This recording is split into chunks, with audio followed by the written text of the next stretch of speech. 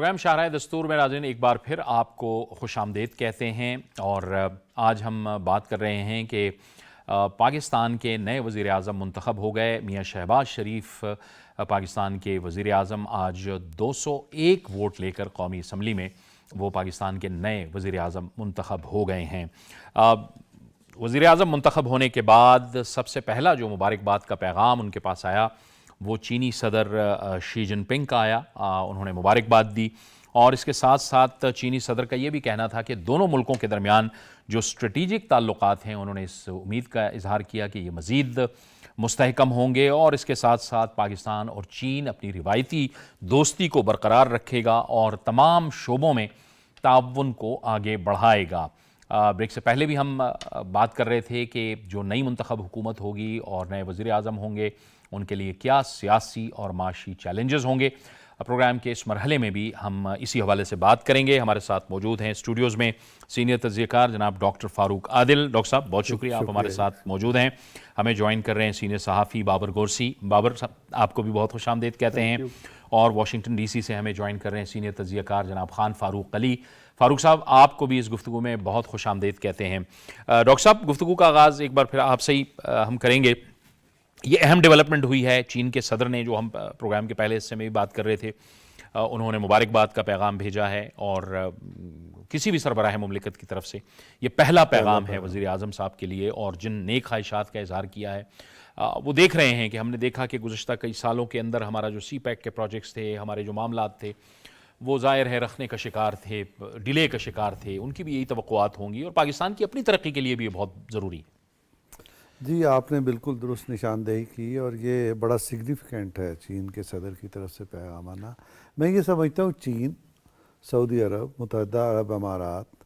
آپ کے ترکی اور چند اور دوست ممالک دراصل وہ منتظر تھے کہ ایک ذمہ دار حکومت پاکستان میں بنے، اور اگر وہ P M L N lead government ہوتی ہے تو وہ زیادہ بہتر بات ہے، اس لیے کہ ان لوگوں کا، مسلم لیگ کا اور میاں نواز شریف صاحب کا اور ان کی قیادت میں اس جماعت کا ایک یوں سمجھے کہ اعتبار کا معاملہ ہے، اور لوگ یہ سمجھتے ہیں کہ یہ کریڈیبلٹی بھی ہے، کام کرنے کی کیپیسٹی بھی ہے، اور کمٹمنٹ بھی ہے۔ تو اب ہم یہ توقع کرتے ہیں کہ وہ جو انویسٹمنٹ رکی ہوئی تھی، جس کے بہت سارے نمبرز ہمارے سامنے آتے رہے کہ 22 نمبر، میرا مسئلہ ہے ذرا بالکل خاص طور پہ یہ جو پیسوں کا معاملہ سمجھ میں بھی نہیں آتے میرے، تو یہ امارات سے آنی ہے، سعودی عرب سے آنی ہے، چین سے آنی ہے۔ یہ جو انویسٹمنٹ ہے یہ رکی ہوئی اس لیے تھی کہ پاکستان میں غیر یقینی کی صورتحال تھی، نہیں سمجھ میں آ رہا تھا کہ یہ اونٹ کس کروٹ بیٹھے گا۔ تو آج اونٹ نے جس کروٹ بیٹھنا تھا،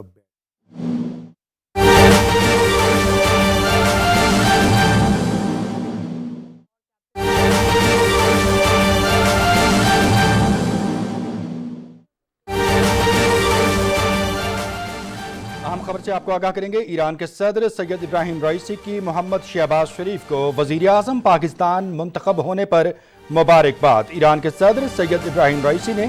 محمد شہباز شریف کو وزیر اعظم پاکستان منتخب ہونے پر مبارکباد دی ہے۔ اپنے تہنیتی پیغام میں دونوں برادر ممالک کے تعلقات کو مزید مضبوط بنانے کے عزم کا اظہار کیا گیا ہے۔ ساتھ ہی کہا گیا ہے کہ امید ہے کہ پاکستان کی نئی حکومت باہمی تعلقات کو مزید بلندیوں تک لے جائے گی۔ آپ کو آگاہ کر رہے ہیں کہ ایران کے صدر سید ابراہیم رئیسی نے محمد شہباز شریف کو وزیر اعظم پاکستان منتخب ہونے پر مبارکباد دی ہے۔ تہنیتی پیغام میں دونوں برادر ممالک کے تعلقات کو مزید مضبوط بنانے کے عزم کا اظہار کیا گیا ہے۔ نئی حکومت پاکستان کی ترقی اور خوشحالی کی جانب اہم قدم اٹھائے گی، یہ کہنا ہے ایرانی صدر سید ابراہیم رئیسی کا اپنے تہنیتی پیغام میں۔ آج انہوں نے ایران کے صدر نے سید ابراہیم رئیسی نے محمد شہباز شریف کی وزیر اعظم پاکستان منتخب ہونے پر ان کو مبارکباد دی ہے۔ تہنیتی پیغام میں دونوں برادر ممالک کے درمیان باہمی تعلقات کو مزید تقویت اور استحکام دینے کے عزم کا اعادہ کیا گیا ہے۔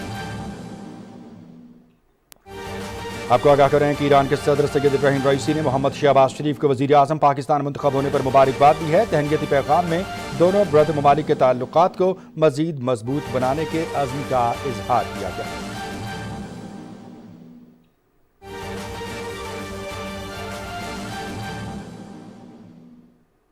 PTV نیوز سے یہ تھی تازہ ترین.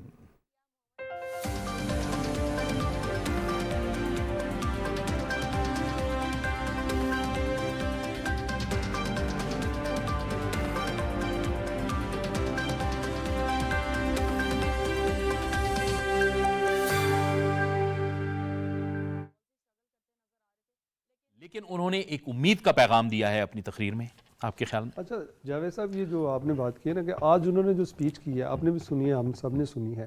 آج ان کی جو سپیچ تھی وہ اسٹیٹس مین والی تھی. آج انہوں نے گلے شکوے نہیں کیے, کوئی شبہ نہیں. آج انہوں نے صرف یہ بات کی ہے کہ سارے آئیں مل کر مسائل کو حل کریں. جہاں پہ غلطیاں ہوئی ہیں, دیکھیں انسان ہے, انسان غلطیاں کر سکتا ہے, کوئی بھی ہو سکتا ہے. شہباز شریف اگر پرائم منسٹر, اس سے پہلے جو پرائم منسٹرز تھے یا پریزیڈنٹ تھے, ان سے بھی ہوئی ہوں گی, لیکن انہوں نے ایک اچھی بات کی ہے کہ مسائل ہمارے بہت ہیں, ہمالیہ جیسے ہیں, لیکن ساتھ انہوں نے ایک آپٹیمسٹک جو ان کی تھنکنگ تھی اس کا بھی اظہار کیا. اور میرا یہ خیال ہے کہ سب سے زیادہ جو اس وقت عوام کو چاہیے, امید بھی دلانی چاہیے, کیونکہ جو امید ہوتی ہے وہ انسان کو نئی زندگی دیتی ہے. اب جو ان کے پاس چیلنجز ہیں, جو مین 4-5 چیلنجز ہیں, وہ تو سب سے بڑا چیلنج تو ان کے پاس معیشت کو ٹھیک کرنا ہے. اس کے بعد انہوں نے سیکیورٹی, لا اینڈ آرڈر کا ایشو ہے جو ہمارا ہے, اس کو ٹھیک کرنا ہے. دوسرا پھر آپ کو پتہ ہے کہ ہماری جتنی آرم فورسز تھی وہ ساری کی ساری الیکشن کو کرنے کے لیے, ملک کے حالات کو ٹھیک کرنے کے لیے لگی ہوئی تھیں. اب وہ جا کے اپنے جو بارڈر کی چیزیں ہیں ان کو بہتر کریں گی, یہ بھی ایک بڑا. پھر دوسرا, آپ نے انٹرنیشنلی اپنے آپ کو لوگوں کے ساتھ جو آپ آئسولیٹ ہوئے ہیں پچھلی کئی وجہ سے, اس کو ٹھیک کرنا ہے. پھر آپ نے جو فائنینشیل انسٹیٹیوشن ہیں, جتنے بھی آپ کے باہر کے جن سے آپ نے لون لینے ہیں, ان کے ساتھ آپ نے مذاکرات کرنے ہیں. چیلنجز تو واقعی پہاڑوں جیسے ہیں, لیکن اللہ تعالیٰ نے انسان کو ویژن دیا ہے کہ جتنا بڑی مرضی بڑا چیلنج ہو اس کو انسان ہی سالو کرتے ہیں. اس لیے مجھے یہ لگتا ہے کہ جو آنے والا ایک سال ہے, جو انہوں نے سال کی بات کی ہے کہ میرے قائد نے کہا ہے کہ اب آپ نے پرٹیکولر ڈیٹ نہیں دینی, آپ نے پیریڈ بتانا ہے کہ ایک سال میں, یہ نہیں بتا دینا کہ میں 16 جون کو یہ کر دوں گا, کیونکہ لوگ انتظار کرنا شروع ہو جاتے ہیں.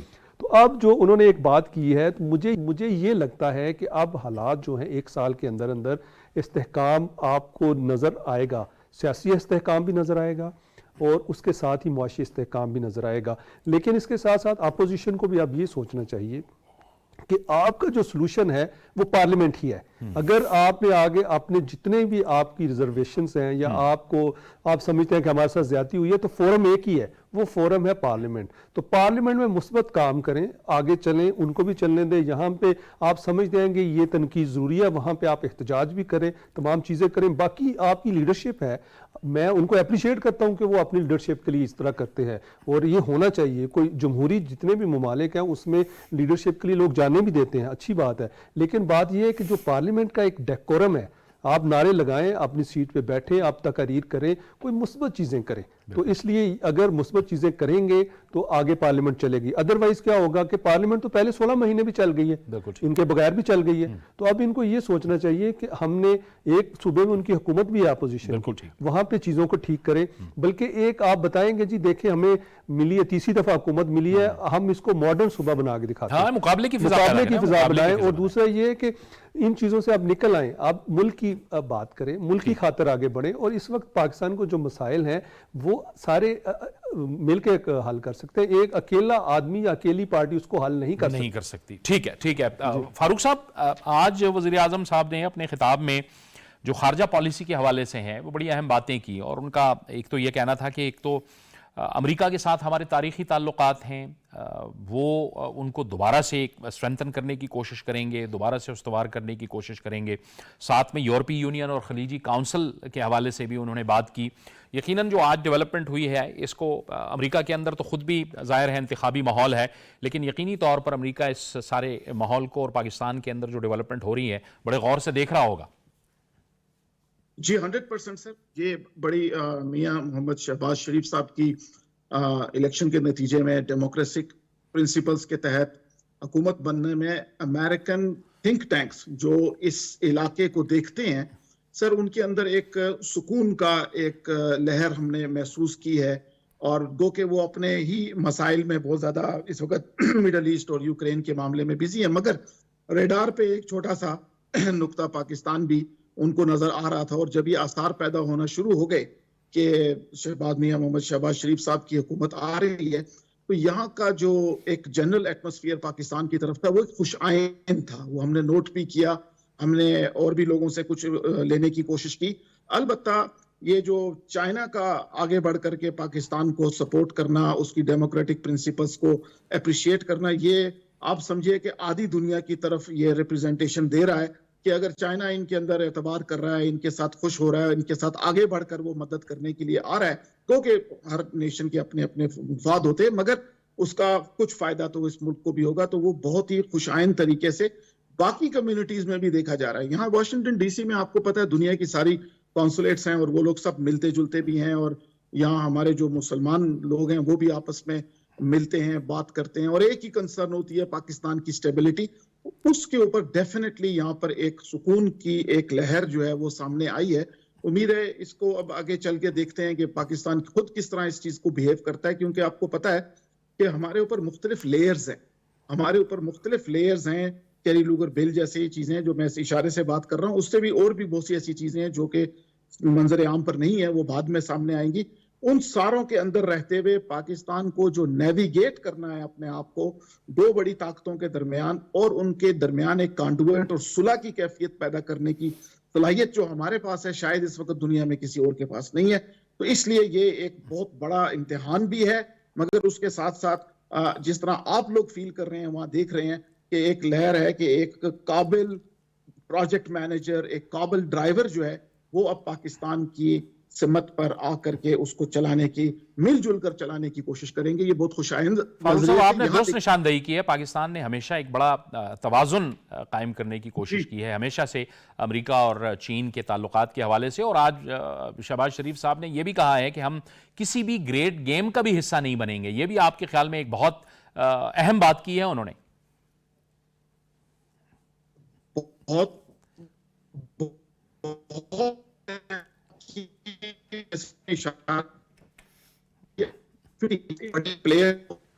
میں آتا ہوں دوبارہ فاروق صاحب، بزنس اینٹیٹیز ہی چلنے پر مجبور رکھ سکتی ہے، وہ ڈیفینیٹلی وہ ان کے پاس موجود ہے۔ بہت اچھی بات ہے، ایسا ہی کہنا چاہیے ان